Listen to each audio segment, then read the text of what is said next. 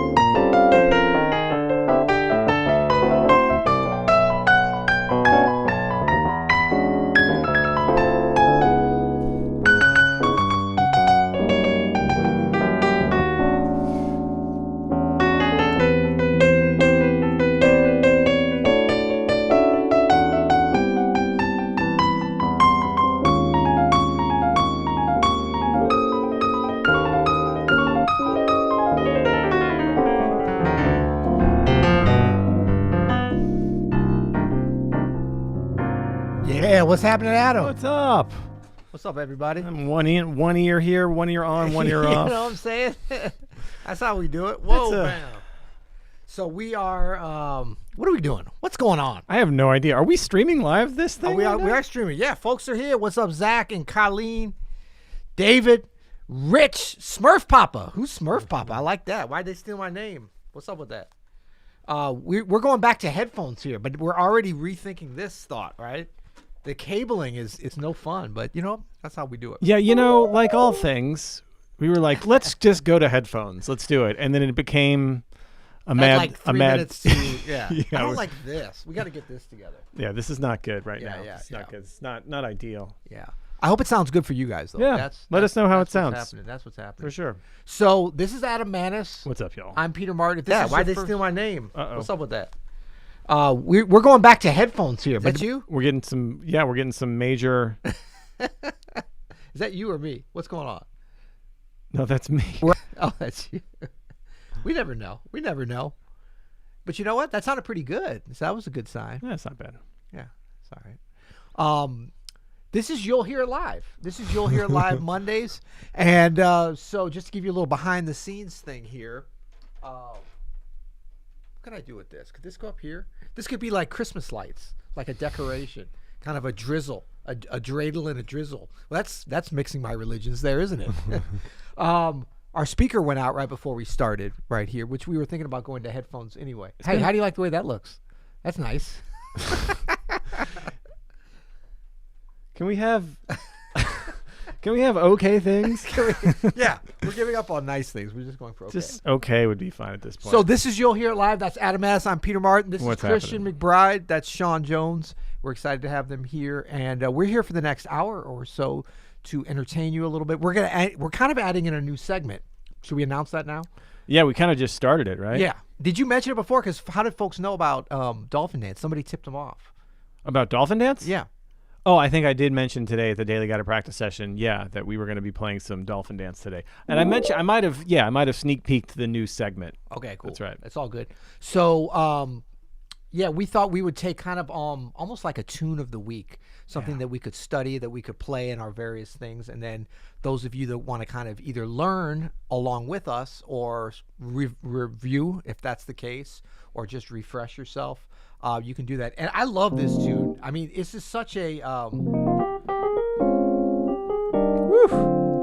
I mean, so many possibilities there, so we can talk about voicings, but we thought, as always, it would be fun to take questions from you guys. So if you have specific things that you might have struggled with, and I know we already had... Adam and I are going to duke it out a little bit because we had a little bit of conflicting changes there. Yeah. Which is all part of the process. This would be the first thing I would ask you, of course, right? Yeah. Right. So this on the we have our and this is always the question because so we have our E sus, our A minor, or C major 7 over E, back to our E sus, back to this, then our E flat sus. Yeah. Now I learned this chord as this kind of sound, right? And I'm trying to remember. I need to go back to the original as like a B flat 7 sharp 11 flat 9 over E flat, right? No, because you had something else going on. So I think that's the double. I think that's the doppio diminished. I think you're right about that, actually. So you got. Wait, do we have our? Do we have this happening? No, we don't, man. Oh, bam! How do you like that? It was too much going on. I'm just trying to get headphones working. Okay, so we got. So what we're talking about is basically the last 4 chords of the piece, right? Exactly. Yeah. So there we got sus E flat for the 4th to the last measure. And then that one, the chord in question, I'm going to say is, I have no idea what you call this, but the 2 diminished triads, A flat diminished triad, and then separated by a whole step, the E triad, E diminished triad. So, hold on, say that again. So you have E flat on the bottom. The whole thing is E flat pedal.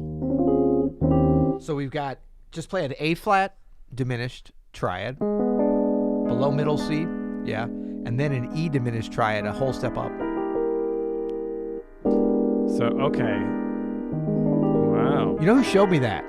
Yeah, this is what I said. Nicholas Payton. He was like, "This is the chord, dude." But this is what I was saying. It's a B flat 7 sharp 11 flat 9 kind of vibe. Okay, right? Yeah, that's not what you played. Yeah. Okay. I was playing this. Yeah, it's similar. Okay. Yeah, cool. yeah. Cool. Yeah. There you go. But okay, but here's the thing: is so you're using this? Are you thinking A flat whole half diminished? Yes. Yeah. Okay. Yeah. Cool. Yeah. Then we were on the same page. Why didn't that sound good? I don't know. Maybe no. It was the next one. So we got. And then what do you play next? Oh yeah, I go back to the sus. Yeah, that's okay. I mean, you can do that, but it's something else there. I think it's man, what is this? I used to know this. We're gonna come back to that because I'm gonna remember it. It's like, I think it's that. It doesn't seem like it's going to fit the melody. I know that. Yeah, I think it's like a 13 sharp 11 flat third, like E flat 13 sharp 11 flat 9 sharp 9. So you got. It's definitely not like a static type of situation. Okay. Yeah, the more you know, man. And then 2-5 down to C minor, and you're back at the top. So hey, let us know how everything's sounding. We're getting some feedback here. We had a bit of a power hiccup in the studio, so we had to kind of restart some things, obviously. Yeah, all the power went out. So I hear the piano's kind of bright. I adjusted it a little bit. Let me know. We're here. We aim to please. Did you know that, Adam? We do aim to please. Yeah. I think it's going to be good. Okay, so let's talk about this tune. Yes. So what I love about this tune is that it starts on this pretty E flat major 7, and then it never happens again. Right, exactly. But it always, it floats in and out of areas where you think it's going to go there, and it seems like it is. And we've got a lot of C minor, of course. And, this is the kind of tune you can think about the relative major and the relative minor, and what a strong story that tells in terms of setting up the architecture of the tune, because that's like a natural thing that people can hear. You don't need to know anything about music theory or be a musician. Like, that's just like being able to look into nature and be like, wow, the leaves are changing. That's a pretty color or whatever. So that's a built-in kind of situation that we can, as the youngins say, lean into, as opposed to like forcing out. You know what I mean? So every time you're going in and out of an E flat major or a C minor being the relative minor. Yes, sir. Can I see it over on the other screen? We're getting some requests for some chordy coming up. Oh, come on. And I kind of agree. So look at that. Hold on. All right. While he works on that. So we'll just talk a little bit more of that. So we're thinking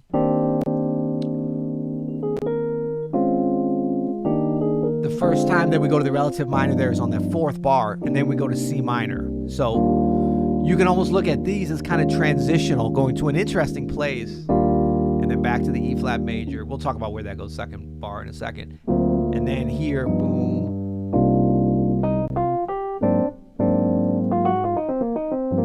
And you always want to kind of think about the sound, like the harmony gives it such a, it either feels like it needs to go somewhere, whether it goes there or not, or it feels like it should be staying somewhere. That's the kind of two basic ways of thinking about how we play harmony. There's in reality a lot of sort of gradations in between, but if you think about it, like that wants to stay there, that minor 9, and especially the way that I'm playing it, like a minor 11.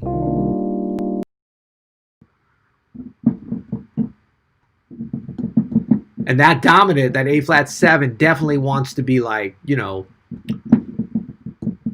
that's a funny looking picture we have on there now. What's up with that? Hold up a second here. Boom. What are we doing? What's going on? We're getting this going, man. We're real live stream. This is great. Oh, but look what it looks like on the thing. It looks funny. It's funny because it's just a picture of me on not that one over here. So what?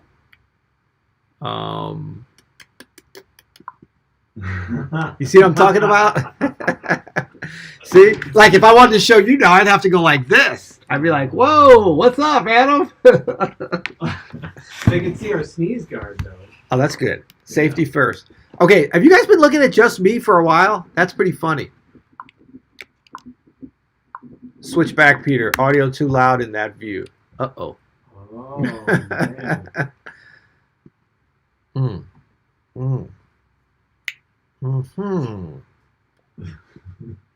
Hold on. We're going to leave for a second and then come right back, right? If you guys can see, Adam is laughing now. Wait, they can't. He's laughing. I got to laugh for both of us. Hold up. Only Peter's mic, no piano. You guys are hilarious. Yes, now we're actually just working from literally, I'm streaming from this computer right now. What? How is it? I don't know. Let's see. All right. And you can't hear the piano. I just played the most incredible thing that you're never going to hear again. Did one of these cables come out or something? Reset. I know. Oh, there we go. There we go. We're back here. Maybe something unplugged. Can you hear the keyboard now?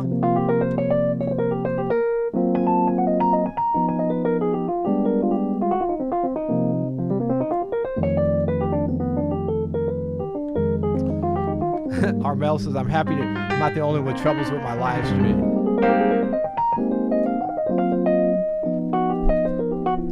You know what? Not only that, I think we might have Chordy working. You want to try it? Really? I don't know. Boom. See You what gotta I'm go full screen on it. I can't see it. It's over there on that screen. Come on.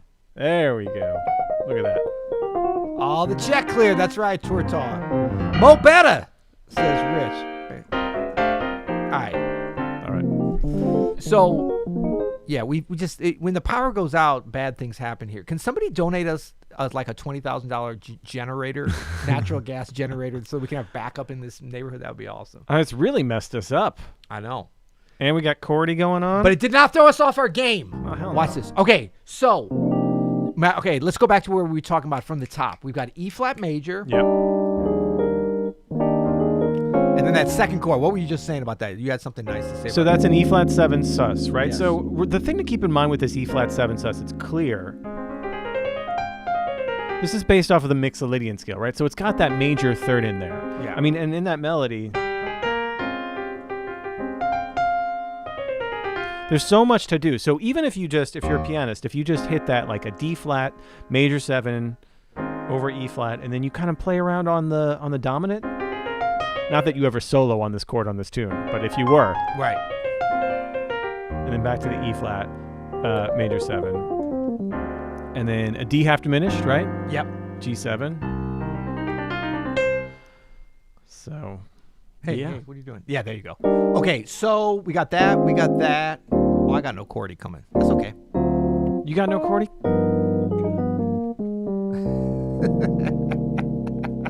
If you guys could only see, can you see that? Wait, let's go on. Do that look again. That was a nice look. This is Adam Now, Adam's been doing a lot of meditation. He's been doing a lot of soul searching. So you don't get to see this, but this is the Adam that I get to see. Let's see that one. Oh, look at him. He's trying to breathe heavy. The technical goblins are trying to get him.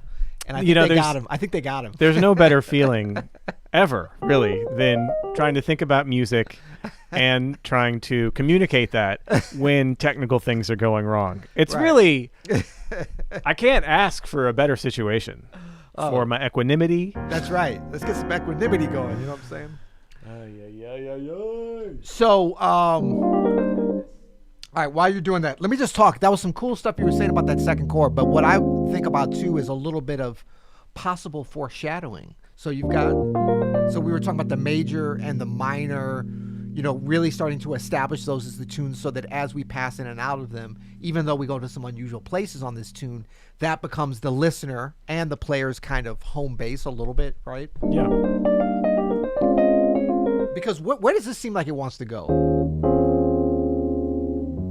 Yeah, well, exactly. It's a dominant chord. Yeah, totally. Now we're at a Summerfest R&B outdoor concert, right? I'm not minding that, That's though, a actually. nice place to go. I'm not minding that. But that's the cool thing about like deceptive cadences and just suggestive things, especially when they're right at the beginning of the tune, is that like you're kind of taking the listener on a journey in a way, right? Let me see what's happening here. Oh, no, we ain't going on that journey. So it's like, okay, we don't go here, but we've got the possibility of going there, right? That's right. And the fact that it resolves back, but you know what? This isn't too big of a stretch for a resolution, right? Because this E flat, because where does it resolve to? Right? Yeah. What's in this A flat major 9 chord? There's only one note diatonically different between that and it's not that far away. And actually, this is a great lesson. And God bless you, Herbie, for great lessons in the first 3 bars of a tune, right? Herbie's Buddhist, by the way. I know. Herbie would not be getting rattled like we are right now. That's Who's rattled, man? But we can use these sus chords, right? Yeah. As little dominant chords, Right. even back to the same thing. Yeah. You hear this all the time. So and the that's what's going important thing to think about for this, and this is really, I think, our concept, and I dare I say the open studio way for thinking about jazz theory, is that there's no use to analyzing something and understanding something from a theoretical standpoint. So we talk about jazz harmony theory, unless you can make the equivalent connection between how it sounds, how it feels, different places you can take the listener on the journey. Because it's so easy to forget that the listener does not know jazz harmony, or jazz theory, does not care about jazz theory. It's just kind of like when you got a live stream going good and you can't see any of the cables coming and everything just works. That's the way you want it to be. That's the way professionals deal with stuff. But when the back end kind of comes out to see it, and so this is really the back end, and it's important for us as musicians, absolutely, to understand this, but never lose sight of connecting it with how it feels. So knowing that where it could go and all the different possibilities is just as important as knowing where you are with it and knowing what kind of name, it goes along with it. Whew. You know what I'm saying? I do. Yeah. I do. Adam, please more piano volume. I'm trying, folks. He's trying. Just tell me what you want to play and I'll play it for you. How about that? Okay, so let's keep moving on. Badoom, we got there, and then we're back. As you said, the E flat, very similar to the A flat. And then we're going 2-5. And this is one that it's a 2-5 to C minor, so they're very natural to bust out your D half diminished, no problem. But a lot of times I find myself hitting this, which is really, I'm hearing that as that A flat 7, but over the D. It's a sharp 9 flat 13. Ain't nothing wrong about that. But it just slides to that G7 flat 13 nicely. So you're thinking about this as like a not half diminished, but yeah. Sometimes that's one of the options. Well, that works really well because right after that, exactly. Is we that actually A go flat. there. Yeah. And so that's that kind of foreshadowing that's built into the tune that once we tap into it can be really exciting, I think. For sure.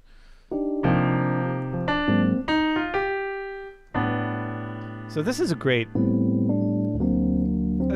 exercise, I think, and I'm not sure how Herbie would think about composing this, but using this motif of right here in this next section, right, for C minor 7 to that A flat 7, sharp 11, where the sharp 11 is the melody note. Yep. And then the next phrase is the same phrase melodically. Not rhythmically, but the same sort of melodic shape, direction and shape of the... Right, and we moved to an A minor 11 with that D again. So you went from ending the phrase with a D and an A flat 7 sharp 11 to a D and an A minor 11. Yeah. And I love this thing, like play those just back and forth, same D in the melody and the two chords. Yeah, this is what I'm talking about. Like really get to know what those sound like and how they resolve and don't resolve, and like that's the magic when you can play around with that. And then we go to G major. Now we've really switched keys. Yes. So we haven't really, even on the susses and going to the ear, and even on here, we're not really out of like the realm of E flat major. Right. And it's 3 flats, 4 flats for A flat, very, very closely related, right? Yeah, for sure. But then here, after we... And then he does this little, which I think is, that might be the best part of the tune. Were you about to say you think that's the bee's knees? I was. So again, so he's on G major. And let's just talk real good there because we moved through that fast. But the reason, remember we were talking about playing the different chords and finding where the resolutions and where the voice leading goes. Just think about that G major from where we just were. E flat major, G major, A flat major. Yeah. Right? Now, this is a recurring thing with Herbie. If you look at, and maybe we'll do that in a couple of weeks, his great Tell Me a Bedtime Story. Right. So Herbie loves moving between these sharp and flat keys, very unrelated major 7 chords. You sort of got da bo bo B. So they were moving down in major thirds, B major to G major to E major to C major, sharp 11. Totally. But they all have a common note, right? Right. Which is the melody. Woo! So here we've got some of those kind of same tendencies. And places where the harmony will reveal itself with as you're playing through the melody or as you're soloing at that point of the form that are very much a revelation, like a harmonic. I always think about like, you know, you ever seen the sunrise? You're usually just going to bed around then. You're just passing out, right? No, but you know, the sunrise is like right when the sun comes above the horizon. Right then. It's like, whew, you know, you can almost feel the warmth. Yeah, yeah. And so that to me, that's like, that can be shifting between these major, because the quality of the chord is the same. It's a major, it's an optimistic sound, but you're going from very unrelated keys. Once you can tap into that, a lot of this stuff starts to just kind of come to you and become easy, I think. That's right. And he does it right away, right? Right. So he's on this Mi major, and then so he uses that melody note, which is the major 7, the F sharp and G, to become a G flat of an A flat minor 7. And then check it out what he does with the melody here. Oh, you think that's where it's going, right? Sir. That might be how you and I would have done it. You think, oh, it's a 2-5 to G flat, right? And the melody indicates that, but he's going to take us back to the realm of E flat major. Yes. With his F minor 11. It's a nice place to be. It's a nice place to be. And then right back to C minor, right? So we're already now back straight up. Right. So, and actually, you know, an A flat minor 7, that's already closer to the key of E flat, right? That's borrowing from the relative minor of E flat major. He could have done that too. He could have gone right to E flat. Thankfully, he didn't.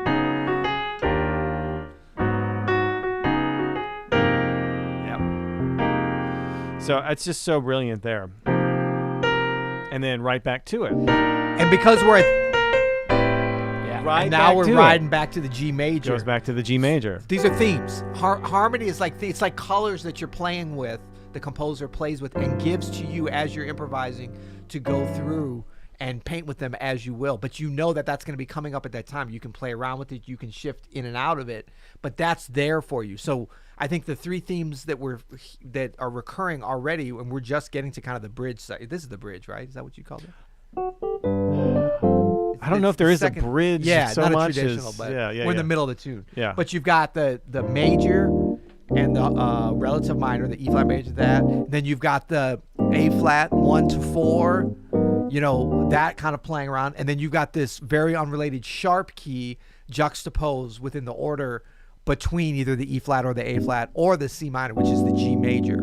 So it's almost like everything's leading up now. That's why it feels like it's the bridge, like it's G major time, which we're going to go to in the next measure, right? Yeah. And now it starts playing with the G major, just like we were playing with the E flat, going from 1, you know, to a sus up to the like you're going to go. So it's like, so this seems like it should go back to the park for the Summerfest. So like you've already planted that seed in the listener's mind and spirit, not in a creepy AI kind of way, Elon Musk into your brain, but you've planted it in a way, you know. So now we're on this G pedal for 4 bars, right? Yeah. We start with a major 7, and then a little sus. Yeah, just like on the E flat, remember? Right, and now he's going to go even more airy, even more spacey. Little A7. Now, do you think of that as A over G or G major 6/9 sharp 11? I think of it as an A triad over G more than anything. Yeah, I agree. Yeah. And then F back to the sus, right? And so, and melodically here too, what's happening?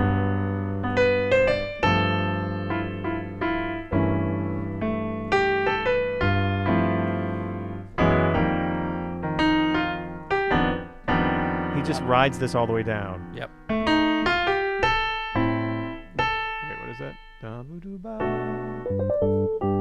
Oh yeah, E. E minor 11, right? Right, faking out D major again. And there's no 2-5 that really is true here, except for the 1 minor 2-5 at the beginning. But just a note on the melodic theme of this. Notice how every single motif is repeated from the top.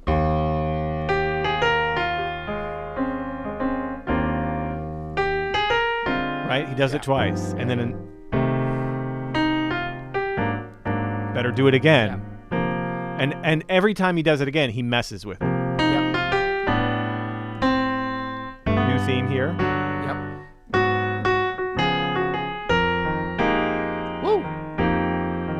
Better do it again.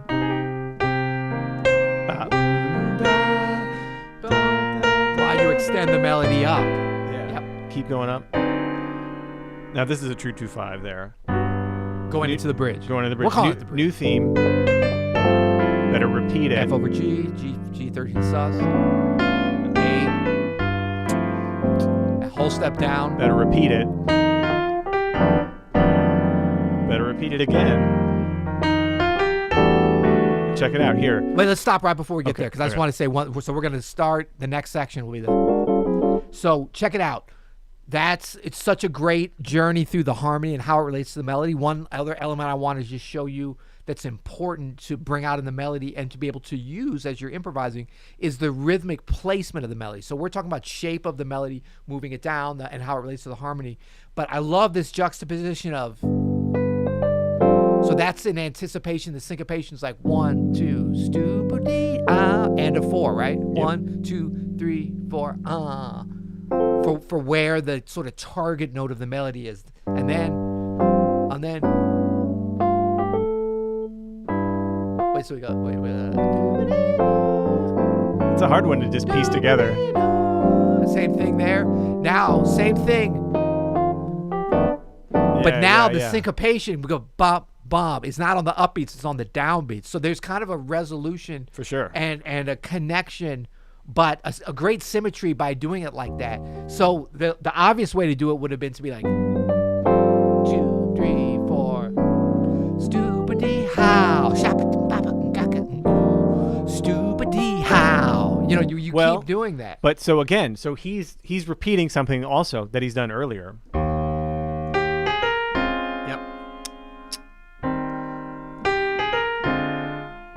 Syncopated. What? Yeah. So he's hearkening back to that with. Yeah.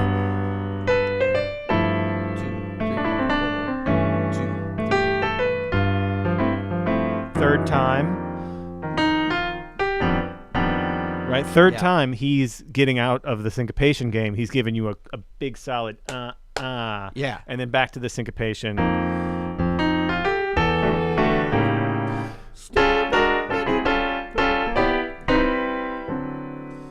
Block chord, little Herbie block chord there, right? And that's the only passing chord in this whole tune. D minor going to that D flat or C sharp minor.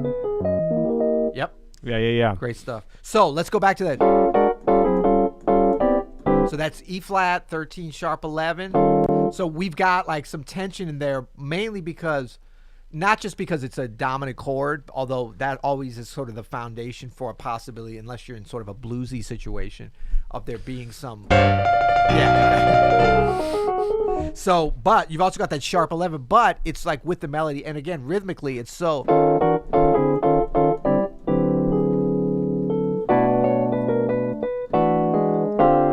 And you said about the only passing chord. Interesting thing about that. So you got kind of like an E sus and then a D minor, I believe, right? Very unusual as a passing chord. Well, but it's going to that C sharp minor. Right. So very usual. That's what I meant. Yeah. But that's such a great. It's not like, where's it? Like E minor to D minor to D flat minor. That would be a lot more boring than E sus to D minor. Well, also, and then where the melody notes are. Yeah, so you're on the root, then you're on the minor third, and then you're on the minor 11. So you're forced into that minor 11. Yeah, this is just classic contrary motion between root and melody, right? Yep. Gregorians would be proud. I don't even know what that means. I don't even know if those are a people or not. So I'd like to see the chordy. Oh, wouldn't we all check out chordy? Oh! What? It only works with me. I got to see the problem with the chordy is, I got to unplug all of us and get you going. I mean, we could do it right now, but it just takes a minute. No, we're going to have you do it when we need to show some. So actually show them those 3 chords on chordy. Yeah. So we have our E7 sus. E7 sus, right? Yep. You can see it here. I'll just do some simple voicings. And then how about a little... Wait, play that as an E13. No, E13 sus 4. Yeah. I like that sound, but it's play that and then play the one you were just the 9th and now the 13th. It's fairly different sound, you know. Yeah, so this basically has here an F sharp minor 7. Yeah. Or an A triad. Right, an A triad over that. Could do that. Could not. And then for our D, I would do something like that. I like that. Yeah, like a minor 11. Minor Yeah. 11. I'm not going to do too many like fifths, or you could crunch it up here with the 13 in there. Yeah. There's not a really good place for the 9, right? Because if it's here, then you got that. That's too Right. crunchy, I think, for What the about? smooth. Let me just see. What about just? I know that's breaking some rules. What is it? So C, yeah, C D, yep. I don't know. Yeah, I think that one works just not as a great stationary chord, but as a transitional, but between where we're coming.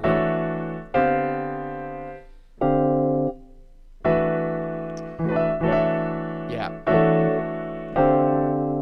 And you're doubling the 7th, which I don't normally recommend, but I don't know. To me, it somehow kind of works. I mean, you could do all fourths here. Double Yep. the 11 too.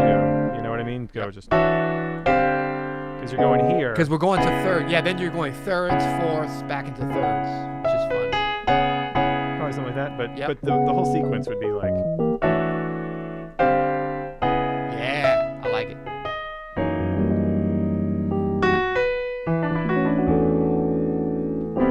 And then this is just B minor, A minor. right. You can think of it as B minor 9, A minor 9 over E. Yep. And then a half step down. And then this, and then we already talked about our little double diminished thing. And then, is that what you were saying? Yeah, actually, I would say, you know what I think it is? So you got the first one. No. So the A flat and the E diminished. Yeah. I wish I could see it, but I can't. It's okay. And then, if you move up to D flat diminished and A diminished, so you're going.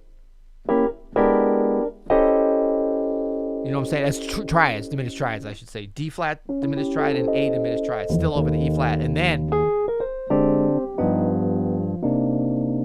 that's what Herbie Hancock plays. At least I heard him play it once. Let's play it again. Okay. I want to play. We were too frustrated with trying to set our stuff up. Take that chordy, that god dang chordy out of I there. don't like that. You don't like that. Yeah. Cool. So, wow, we jumped right into it. We still got our check-ins and our segments and our hellos and everything. Let's play it one more time though. Okay. On the way out.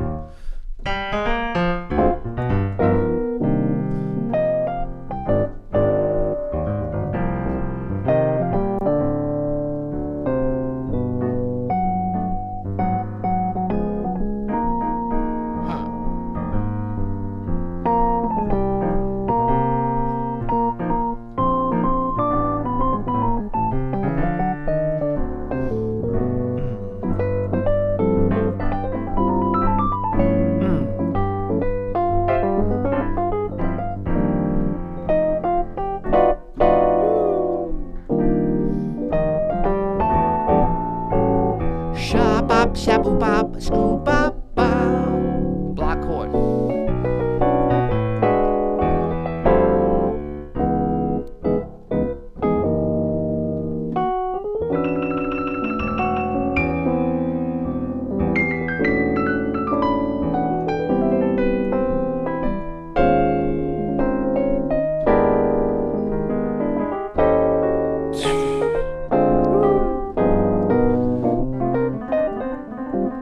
Yeah. Oh, then he goes straight into the casino for gambling time. There it is. All right. I like this. So I like the tune breakdown. Yeah. A lot. Let us know if you like this tune breakdown thing. We're gonna up our game here too. Well, like somebody said, love the new studio, which was great because, thanks, Carson. Right as he said that, I think we're at our ultimate frustration level with the new studio. I mean, it looks awesome. It We does. did spend a lot of time making it look good today. Yeah, yeah. And then we were like, oh, let's make it sound. Oh shoot. You know what? You didn't think I knew how to do this. Watch this, Adam. Over there. Oh, nothing's happening. Whoa! Oh, wish I could do other colors. I can't. You can just Any- turn that dial and it'll go to other colors. Oh, really? Yeah. See, I don't even know how this works. For real? Those are your lights, bro. Come on, man. You don't press it again. That's just taking. All right, it's blue. Let's leave it like that. You do it. You do it. we get so excited with green, Kermit the Frog, purple, Gerald Undone, red, my Sith, my Beal- Darth Vader, Beelzebub. my Darth Vader lightsaber. Look, it's the light side, Luke Skywalker, and what's the guy's name? The actor? Darth Vader? No, not Darth Vader. The guy who's in like every movie now, the millennial dude, went to Juilliard. You know, he plays Lord Sith, not Lord Sith, but I don't know. What are you talking about? Who's the Adam Driver? Adam Driver, come on, man. Your name's Adam. You should know this. Look, this is Adam Driver. I'm Luke Skywalker. Mark Hamill, Adam Driver. And I'm older than you, so that's perfect. Oh, I guess. All right. Well, yeah, that was fun. So we're gonna kind of work on Dolphin Dance throughout the week. You're doing it some with your. Are you gonna do it on the YouTube or on the Daily Guided Practice session? No, we're gonna do it on our YouTube guided practice session this Friday. On Friday. I'm gonna break down a specific Herbie lick on it, and then you might play it on Friday night. Yeah, right? I'm gonna play it. I look so evil. On So Shelter in Place, and it'll just be a fun thing. Look at that. That's the way we should see it. You got light and dark. Oh yeah, look at this. Sneeze guard protects it. I'm bad. You know what I'm saying? So, all right, let's talk about practicing. Let's talk about some practice. We'll do our weekly practice check-in. And what have you been practicing on, dear Adam, for this week?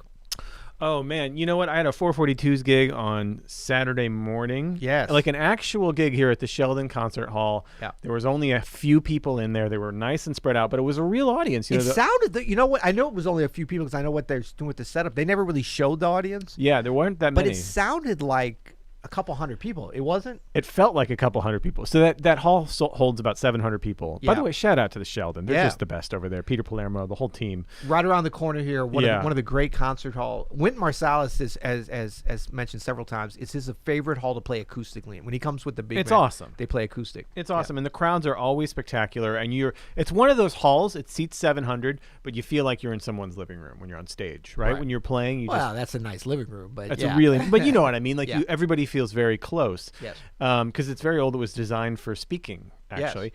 And so it's really, really a lovely place to play. And there were only a couple dozen people in there, spread out through the whole thing. So even in the balcony and all the way up. So, a hall that seats 700 with just a few dozen people in there felt very sparse. But when they were, like you said, when there was applause, it was great. So I spent my week just working on 442 stuff, which means like a lot of, you know what that means for me? I'm happy to talk about this too, because I think it's like interesting to talk about as a jazz pianist, right? Yeah. What we work on is different than some other gigs we have. Like, so on that gig, I do a lot of guitar playing. And my role as the guitar player is essentially the rhythm section. I'm the drummer. So I spent a lot of the week on my metronome just practicing grooving on that guitar, really trying to control my accents in time, the sound of them. So, I mean, much like a drummer would work on rudiments, I was working on different rhythms, coming in and out of triplets, those kind of transitions rhythmically, so that I could just confidently play those grooves in support of it's a whole different vibe being the rhythmic support. I envy bass players and drummers because you feel like this responsibility to the rest of the band to like, I'm going to lay it down. It's going to be so easy for you to play over this. Like that's my thinking, right? I want to make this so easy for you. I want to make everybody sound good. So I spent the week really just working on my time on the guitar, like doing really, really minuscule surgical work on, like I said, how are my accents? Where the triplets lay in contrast to the eighth notes? Practicing with my metronome, where it's like it's on for a bar, it's off for 4 bars, it's on for a bar, it's off for 8 bars. Seeing if I can hang with that. Yeah. Just keeping my time. So Good stuff. Yeah. I just dropped in the chat. Hopefully, folks can see that if you want to check out this concert. I watched it. And nice. It's really good. Oh, it's thanks, on the man. Sheldon YouTube site. You can jump in there and see Adam's group, which is just a fabulous group of musicians and a lot of Adam Maness compositions. You can see him in a little bit of I wouldn't say different situation. It's all Adam, but it's a great. That was a fun concert. Thanks, for man. sure. What'd you do? What'd you work on? Well, so I ended up doing a couple of the days last week, and I was going to extend it into the weekend, and I kind of fell off doing this. But I got a couple good days in last week of like very specific left hand practice. It had been kind of on my mind for a while. I don't know. There'd just been stuff I'd been going for down there that I didn't feel like I was. You know when you get that feeling where like it's almost like you ever have those nightmares where you're trying to like run and you can't move, but you know you are kind of moving or something absolutely. like that. For me, it's I'm fighting someone underwater, right? And I'm trying to punch them, and I can't really punch them. Right. Yeah. Oh, wow, so aggressive. Yeah, sorry. So aggressive. Yeah. That's a lot of my own Well, stuff there. I've had ones too that I'm like trying to get out of a well. Oh yeah, which yeah. is like that's kind of dark. It's like Jeffrey Dahmer might be waiting at the top. But no, I felt like I was a little bit like that with my left hand in certain things, and I don't know that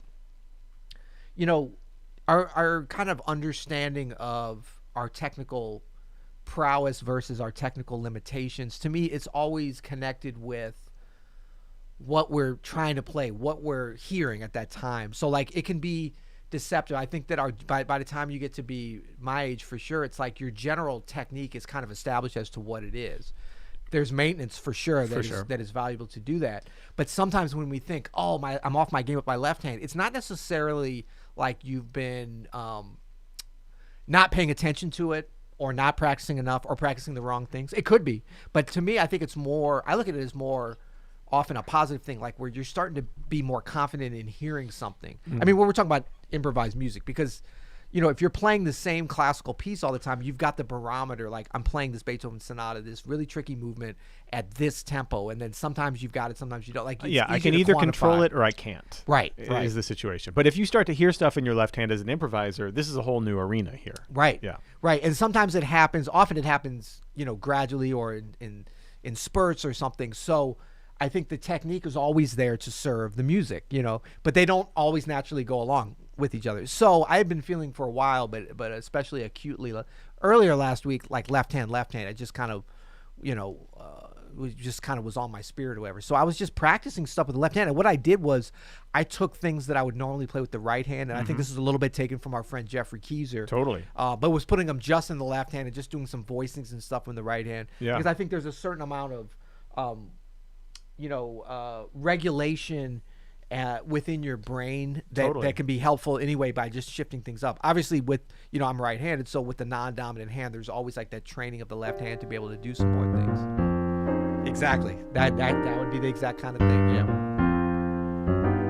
This is great work. So, I have that flashcard system that I like to use when I'm doing serious piano work. And I have 3, right? I have a set over here, which is just all 12 keys. And I'll actually subtract or add keys, like have 4 G flats in the stack, depending on how much time I want to spend on particular keys, so that it's kind of stacked in the way that it's stacked towards the harder keys, essentially. I would never stack the key of F, for example, but I might take F out of my stack because it's like, okay, I can play an F. I really want to work on the harder keys.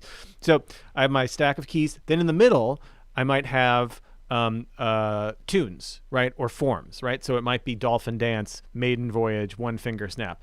And then over here, my third pile would be things to practice that tune with, right? So that could be like all block chords, right? So now I'm doing Dolphin Dance in the key of B, all block chords. That's my practice for that section, right? Yeah. Or that part of the session. Or one that I always have in that stack is left hand, so that when I'm there to play Dolphin Dance in the key of B, I'm working it through my left hand. It's got to play the melody. It's got a solo, and I work on it. And then, I only have like 4 or 5 over here, so it cycles around quite often. Yeah. It's a great way to get left hand work in. It's like you don't have to remember to do it. It's just part of your practice routine. That card comes up, left hand. Okay, here we go. Yeah. Great stuff. Let's see. Why don't we do a little bit of Q&A, because we, in previous weeks, have done a huge amount of Q&A. It's going to be a little bit abbreviated because of the time today, and we went on this deep dive of Dolphin Dance. But I'm going to jump back up to the beginning and see, or is there any questions that you saw in particular? Yeah, Sir Adam, as we scrolling up refer here. to you when we're in. Ooh, there's a lot of controversy about our start. Really? I think we were well over 20 likes before we got started. Uh-oh.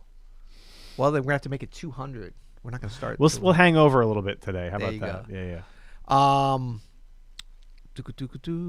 So somebody was saying about beginner and, are we not looking out for the beginners and intermediates? Yes, we are. We may not be today, it appears. But I think, a lot of times when you're like playing jazz music and learning to get better as a jazz musician, and this really, I think, transcends all instruments and applies to all instruments, transcends the piano.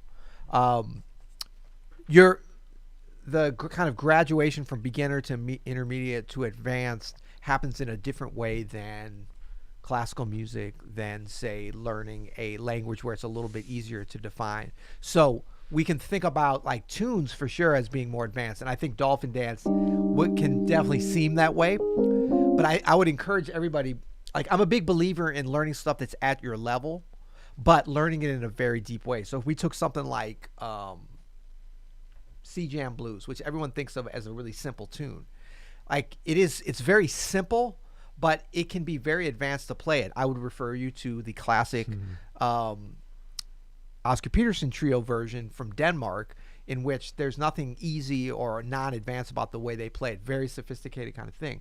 But the same principles that would apply in terms of learning that. Sounds weird on the roads, doesn't it? It's not right. It's not right. Okay, so I'm doing a little bit more with the left hand, but even if you, there you go. Hey, come on, man.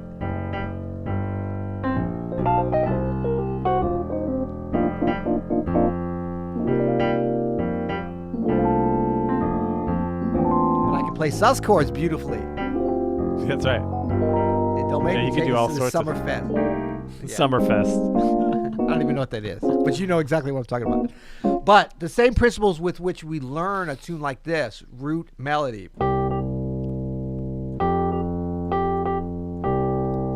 But really paying attention to the time. Like what is the part that we can really go next level on?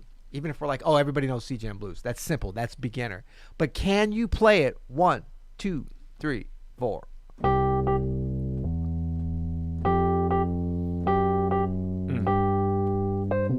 Oops. No, I can't. But can you play it with like a really good feel while changing the melody? I'm not even trying to. I don't know what's going on. But just half notes. So restricted, simple, but difficult, advanced, I should say. Especially if you're talking while you do it. So it's going to be half notes, just the melody.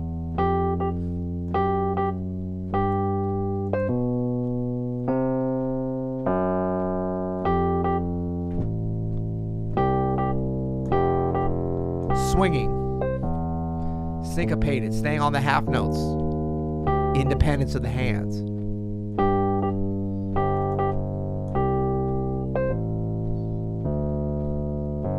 Because sometimes it's easier to be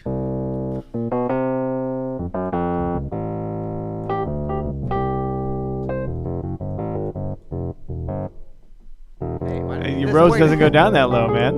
No Rhodes does. Actually, there are 88 keys. It just sounds terrible down there. Woo.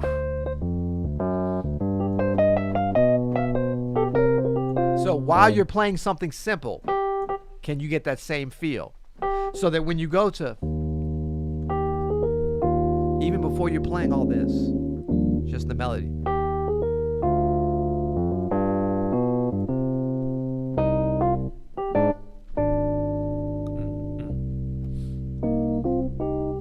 Start to add the other things in.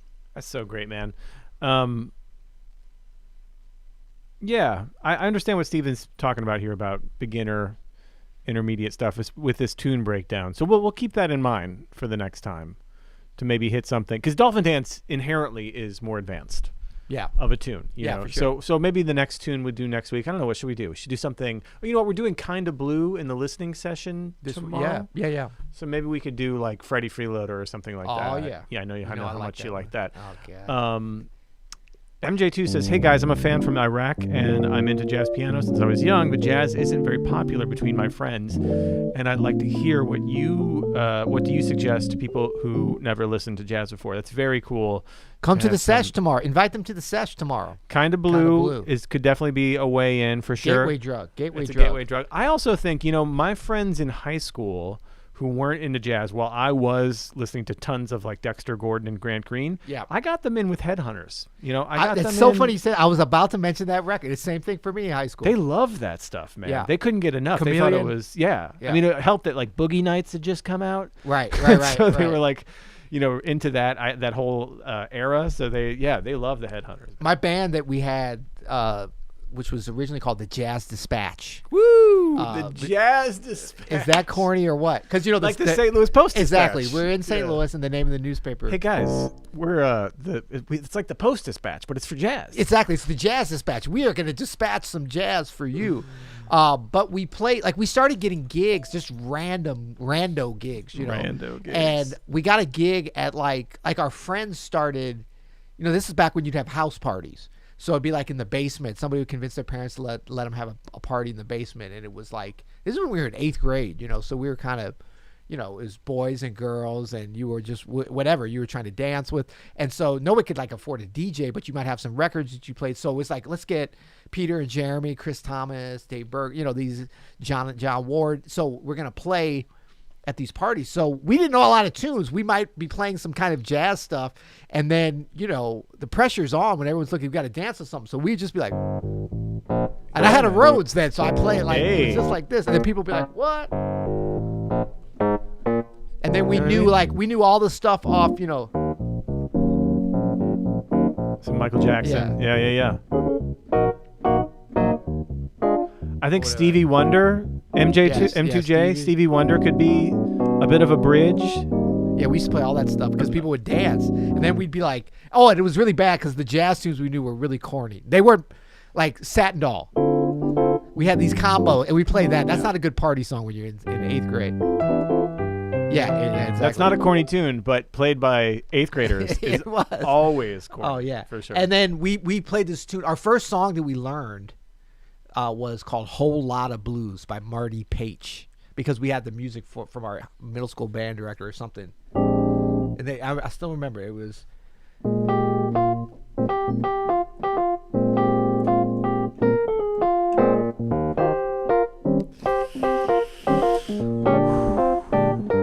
And then check it out.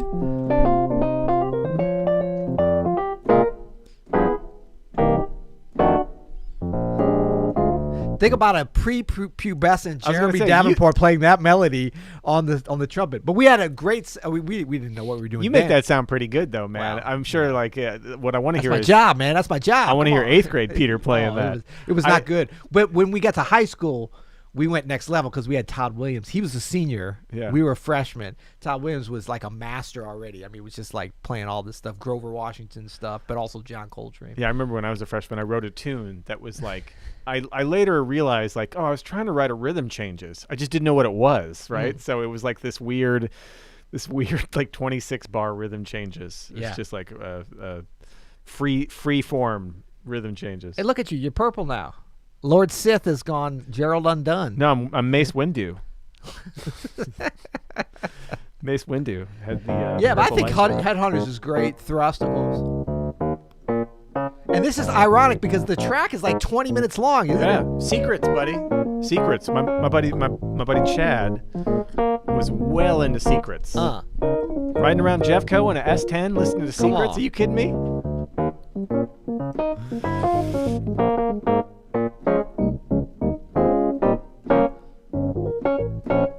The Funky Unit says, this is too funky.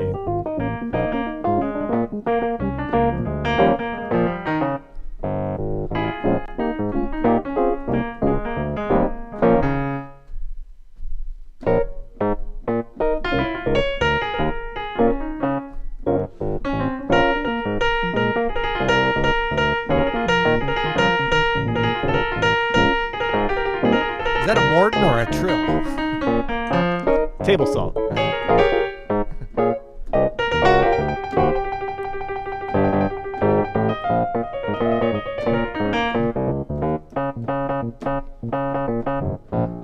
know if we were playing on the way going out or what's up. Well, I thought we were still taking some questions here. Well, let's do it. 'Cause We're a finely tuned machine here. We got the funky unit.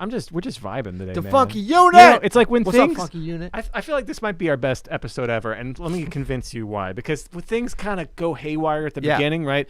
You got two dudes trying to figure some stuff out. They don't really know anything about as far as lights, cameras, and action. Right. And it gives us a little bit of an energy. I think this has been a productive.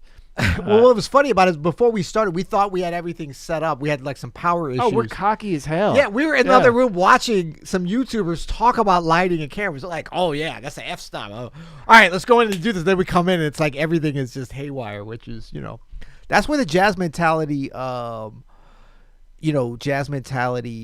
kind of is great, I think, to apply to life. How you going to For sure. Get yourself into a quandary. How are you going to pull yourself out? Just have a good time with it. What are you going right. to do? I'm orange now. Man, well, kind of, but not really. Orange. So Defunky Unit Orange says, is not the new black, by the way, if you know what I mean. Defunky Unit says, hi, Peter and oh, that's political. Hi, Peter and Adam. Do you guys have any favorite artists who you feel are pushing jazz into new and exciting directions? Well, there's a bunch of people. I love Robert Glasper. We were just talking about him the other day, so he's kind of on my mind.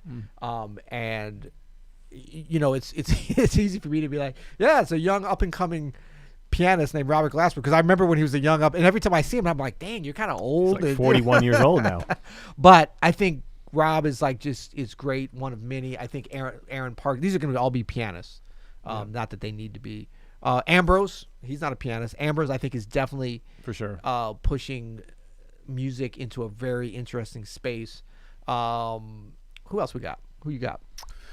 Man, I'm really so always impressed with Glenn Zaleski. He's guest blogged for us here at Open Studio. He's such an amazing pianist. If you haven't heard Glenn's playing, and Sullivan Fortner, I think those are the kind of early Sullivan, late 20s, early 30s generation. Yeah. Glenn seems so much older. I mean, he's so wise about his approach to. Yeah. And he's great at. But so is same with Sullivan. And I'm always Christian Sands. Christian Sands is so good. I'm also continually impressed with my friend Peter Schlam over in Kansas City, who's around Sullivan and Glenn's age too. Yeah. And just always is making. Who's the guitarist here that you just played with? I like him, the young guy from Matt St. Sewell. Louis. Matt Sewell's playing is beep off. Yeah, for sure. And then I always think I really think innovation, the sweet spot for innovation, we always trend towards younger players, which is important for sure. But to me, Herbie Hancock is still innovating. Like, I don't know if anyone, I think about, last time I heard him live was at the Newport Jazz Festival last August. Well, so it'd be a little over a year ago now. And it's very easy to be like, okay, Herbie Hancock at the Newport Jazz Festival in Rhode Island, down the street from the Vanderbilt, mansion. How innovative could that be? But I think that that's the beauty of this music. It's timeless, and it jumps generations in a way that it doesn't need to just be like your best years are behind you. Chick Corea, I mean, I've been checking in on a lot of his live great stream music. Yeah, I mean, Charles Lloyd's still making great music. Absolutely. And a lot of times they go into these kind of rebirth periods. I'm very interested to hear the project that Herbie's been working on with Robert Glasper and what's his name? The Terrace Martin. Yeah. And I love the stuff that Herbie laid down with Flying Lotus, which is not vegetarian, by the way, if you fry your lotuses. If you fly.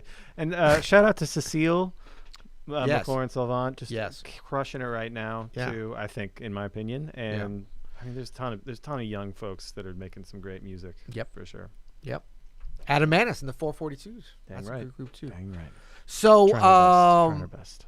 You need to get Glasper as guest. He is damn funny. I know, and I've been talking to him, and every time he gets back to me, he's like, "Yeah, come on, let's do it." Oh man, I'm sorry, I'm just seeing this. So I'm gonna get back on that because he says he wants to.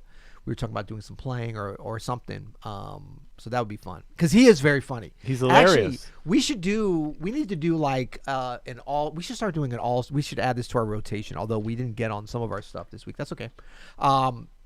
We got some people saying they liked that we didn't get on some of our stuff this week. Really? Yeah. Like what? They don't like our fitness check-in, probably. Yeah. Because they're like, you guys are out of shape. Why are you talking about your fitness check-in? Yeah, but less so than before. So really? No, I want to see that. I love the hating. The hating is great, man. Man, Glasper's so funny. We overlapped for, I mean, he was never at the new school when I was there, but I knew he was there when he was off the road because he was always on tour. He was playing with Petty Carter when he was at school there. And we overlapped for a year. And I remember you just know he was in the building because the Commons would just be uproariously loud with laughter, right? Just people just screaming because he was, Oh, these some good ones. holding Okay, court. so I got this on there. This is great, guys. I know you're right into the self-help stuff, but I much prefer getting into the weeds of the music. Just me, not to be a jerk about it. I got it. It's all good, man. Stick to your knitting, we call that. It's all good. Stick to your knitting. Now, this is funny. Frying Lotus is my new band name, and if anyone is entitled to fry a lotus, it's Herbie. Oh, That's right. we got some comedians in here too. Jazz Health Diet. Cool. Well, this was fun as always, man. Thank you, Adam. Thank you for being here. Thank you, listeners, watchers, for tuning in. We look forward to next week to having the sound kind of out of both sides of the headphones. Just little things, detailed things like this. It's fun playing these really interesting harmonies, thick chords, hard to hear changes with one ear. I know. It's the best. It really makes you lean into it then. So what do we say we might do? That would be good. That'll be more beginner, intermediate, but with some next week. Yeah, we could talk more beginner stuff about it too. Little balance.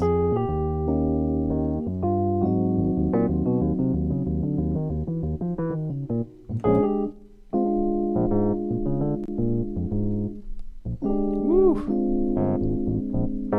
Ah, maybe we do that.